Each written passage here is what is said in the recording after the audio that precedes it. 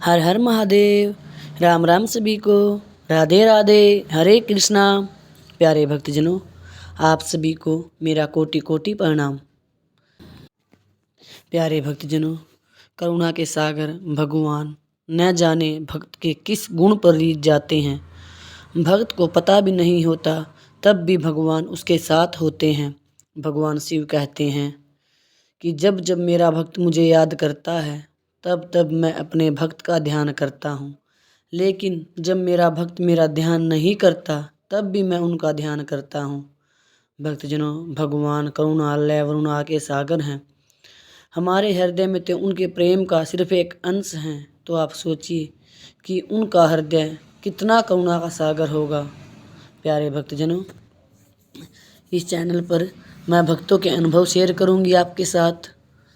आज मैं भक्तों के अनुभव शेयर करने के साथ साथ मैं आपको इस चैनल पर भक्तों के चरित्र भी सुनाऊंगी।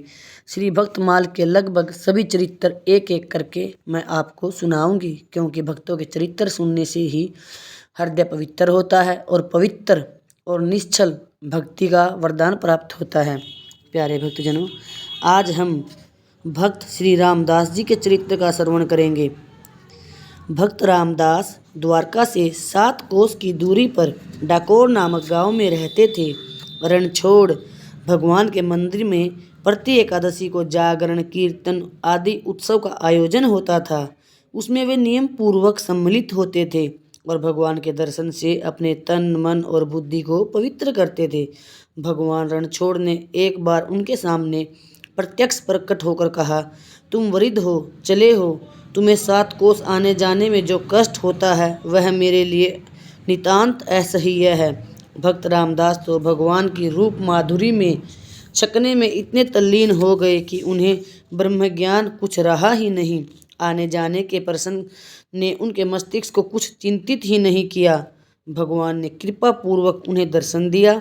इस बात को सोच सोच कर वे प्रेम विह्वल हो रहे थे। भगवान के अंतर ध्यान होते ही उनके वियोग में प्राण छटपटा गए, अंग अंग सिहरने लगा। अब तो उनका निश्चय और भी दृढ़ हो गया। वे समस्त सुखों को तिलांजलि देकर दुगने उत्साह से जागरण महोत्सव में आने लगे। वे किसी भी मूल्य पर जागरण का आनंद छोड़ने के लिए अपने आप को समर्थ न पा सके। भगवान से भक्त रामदास का एकादशी जागरण में आना और न सहा गया। भक्त को सुख और आनंद देने के लिए उन्होंने रामदास से डाकोर चलने का निश्चय प्रकट किया। भगवान तो सच्ची निष्ठा और प्रेम के भूखे होते हैं। उन्होंने रामदास जी को गाड़ी लाने की सम्मति दी और कहा, मेरे विग्रह को अंकवार में भर उसमें लिटा देना और यथाशीघ्र ही डाकोर पहुंचने का प्रयत्न करना। दूसरी एकादशी के जागरण के अवसर पर भक्त रामदास द्वारका में गाड़ी ले गए। उनकी वृद्धा अवस्था ने किसी ने उन पर संदेह नहीं किया। द्वादश की रात आदि बीत चुकी थी। द्वारकावासी और मंदिर के पुजारी तथा अन्य सेवक और गहरी नींद और मीठी लहरों में बह रहे थे। सारा का सारा वातावरण नीरव और शांत था। भक्त रामदास अपने सौभाग्य पर फूले नहीं समा रहे थे। भगवान के आतिथ्य का आनंद सोच सोच कर वे प्रति क्षण कुछ और से और होते जा रहे थे। मंदिर का पट अचानक खुल गया। वे मंदिर में पहुंच गए। थोड़े ही परिश्रम से भगवान उनकी गोद में आ गए। भगवान ने प्रसन्नता पूर्वक अपने चिन्मय मादक स्पर्श से भक्त की जन्म जन्म की तपस्या सफल कर दी। गाड़ी द्वारका से बहुत दूर निकल गई। भक्त रामदास झूम झूम कर कीर्तन करते थे और भगवान भक्त के संरक्षण में 7 कोस की यात्रा पूरी कर रहे थे। सवेरा होते ही लोगों ने रामदास जी का पीछा किया। भगवान भास्कर की सुनहरी किरणें पूर्व दिशा के अंचल में विहार करने वाली थी कि रामदास ने देखा कि कुछ लोग उसका पीछा कर रहे हैं। उनके मस्तक पर पसीने के कण बिखर गए। वे किसी अनहोनी और भीषण घटना से रह रहकर आशंकित हो उठते थे। कभी प्रभु का विग्रह प्रेम भरी दृष्टि से देख लेते, तो कभी गाड़ी को तेजी से आगे बढ़ा देते। उन्हें पूरा पूरा विश्वास था कि प्रभु जो कुछ भी करेंगे उसी में मेरा परम कल्याण है। पीछा करने वाले थोड़ी ही दूर रह गए थे, पर भक्त ने भगवान को जगाना उचित नहीं समझा। उन्हें तो विश्वास था कि भगवान गाड़ी पर लेटते ही सो गए।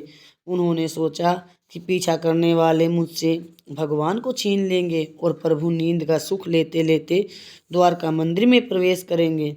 इससे अधिक तो कुछ होगा नहीं। पर भगवान की लीला शक्ति तो जाग ही रही थी। भक्त बिहारी रास बिहारी ने कहा, तुम मुझे सामने की बावली में छिपा दो और जब पीछा करने वाले चले जाएं तब गाड़ी में रखकर डाकोर ले चलना। भक्त रामदास ने उनकी आज्ञा का पालन किया। पीछा करने वाले पुजारी जब वहां पहुंचे, बिना कुछ पूछताछ किए ही उन्होंने रामदास को मारना आरंभ कर दिया। भगवान की लीला शक्ति ने भक्त रामदास की दृढ़ निष्ठा और धैर्य की परीक्षा की और अपनी महिमा प्रकट करने के लिए दुष्टों को अपनी मनमानी करने दी। पर उन्हें दंड के ही माध्यम से भक्त के शरीर का स्पर्श मिल चुका था, अतः उनका विवेक जाग उठा। गाड़ी में भगवान का श्री विग्रह न पाकर उनके पश्चाताप का पारावार उमड़ आया। उन्होंने महापाप से भी भीषण भक्त अपराध कर ढाला था। उन्होंने देखा कि बावली का पानी किसी के खून से लाल हो गया था। सत्संग का प्रभाव तो मन पर था ही। भगवान की लीला शक्ति ने अपना काम किया। वे प्रभु का विग्रह बावली से बाहर निकालकर अपने किए पर पछताने लगे। भगवान ने दर्शन दिया। भक्त रामदास प्रभु के घायल शरीर को देखकर कांप उठे। मेरे कारण इन्हें इतना कष्ट सहना पड़ा। उनका हृदय हाहाकार कर उठा। भगवान ने कहा, मेरा भक्त मुझे मेरी आज्ञा से ले जा रहा है। तुम लोगों ने जो मेरे भक्त को मारा है, उस चोट को मैंने अपने शरीर पर ले लिया है। इसी से मेरे शरीर से खून बह रहा है। अब मैं तुम्हारे संपर्क में नहीं रहना चाहता। मेरी दूसरी प्रतिमा जो अमुक स्थान पर है, मंदिर में स्थापित कर भक्ति और प्रेम से अपना अंतःकरण पवित्र करो। इस महान अपराध का यही प्रायश्चित है। अपनी आजीविका के लिए मेरी इस मूर्ति के बराबर सोना ले लो। पुजारी लोग लोभवश राजी हो गए और बोले, तोल दीजिए। भगवान ने रामदास को आज्ञा दी, मेरे तोले के बराबर इन्हें सोना दे दो। भक्त अपनी दरिद्रता और असमर्थता पर कांप उठे। उनकी स्त्री के कान की बाली पलड़े में रखी गई। पलड़ा भारी हो गया। प्रतिमा उसकी तोल में हल्की हो गई। पुजारी तथा अभक्त दुष्ट अपना सा मुँह लेकर 9-2-11 हो गए। भगवान ने भक्त की इज्जत रख ली।